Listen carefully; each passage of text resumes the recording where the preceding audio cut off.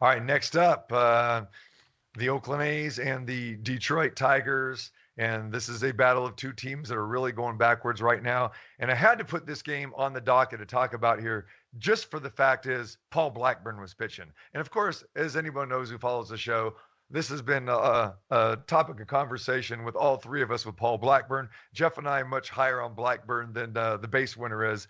But he will go against Michael Pineda today. And the A's and the Tigers a $1.18 favorite. The Tigers coming off a sweep at Houston, and they've lost 5 in a row. The Oakland A's have lost 9 in a row here. The total in this game, a low one, at 7. Jeff, your thoughts about Blackburn and Pineda? Yeah, I'm back in Blackburn. I've backed him a time or two already, and I'm going to go back to the well again. Listen, there are some concerns here, but I'm not big on Detroit's lineup. And in fact, as long as they're not facing a lefty, I'm not at all worried about their lineup. So I'm not worried there.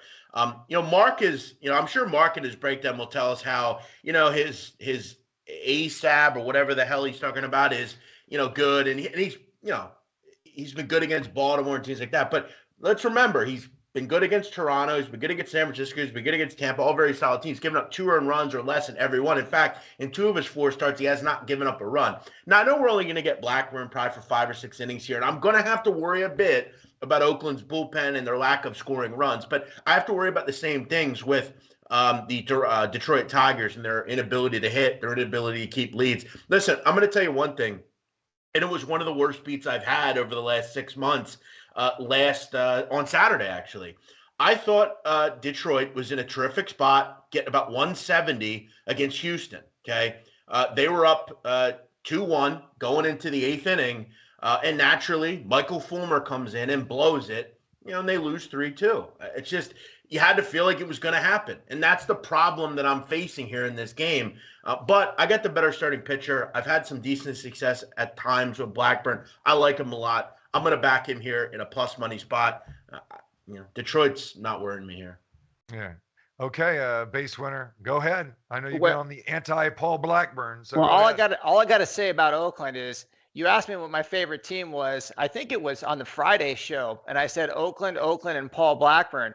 And ever since I did that, I really think that they have lost 9 straight, and that started that day when I said I loved Oakland as my favorite team, kind of sarcastically. But I don't know. I'm not sold on Blackburn yet, and I will say that, and admittedly, we'll say, when will you be? I mean, when he's 8-0, it's gonna take probably, I would say, maybe 3 or 4 more starts. I mean, he really hasn't exhibited that much this year by my metrics. So if you look, his first start, 52nd percentile. Okay, well, it's better than what he averaged last year, which was in the teen percentile wise. And then if you look at 61st percentile, okay, he's getting a little bit better. Then he dropped down 15 percentile. The last 2 starts have been good, 75th percentile, 74th percentile. But I'm not sold on the guy. I mean, 5 starts doesn't make a pitcher in my book. I've got to have probably a sample of, I'd like to use 30 games. I have this one chart goes back to last June, but I really honestly think that's a little bit short of a sample for this guy. And the only thing that would change my mind, Jeff, is, and you asked me, well, how much does it take? Well, on a guy like Kyle Wright, which we've talked about extensively on the show, who definitely has like 2 pitches that he's totally redesigned. Luzardo, I've talked about Jesus Luzardo as well. These guys have really redesigned their arsenal, and there's really not much in Blackburn's arsenal that indicates the guy's different than he was last year, other than he's just getting a little lucky. He does have a cutter that he's using. He uses about 20% of the time, and you would think, well, now he's different. He's got a cutter. But if you look at his stuff plus, and this includes his cutter, it's worse than it was last year. It's at in the 15th percentile, and last year he was in the 19th percentile.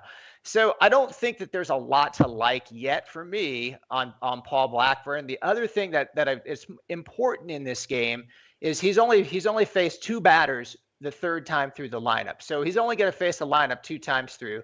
You're going to get the wonderful Oakland bullpen.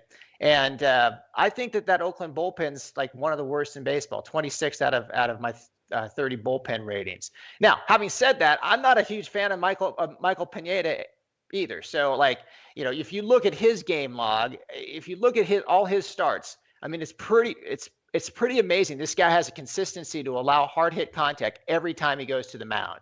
So I'm not, I mean, really double digit, like below average hard hit contact in all of his starts since July 21st of last year. I mean, it's pretty amazing. I've never seen anything like that. So I'm not going to play on Detroit. I'm going to play the over here. I think it's set a little bit low. I've got it at 7.5 runs, and it's set at 7.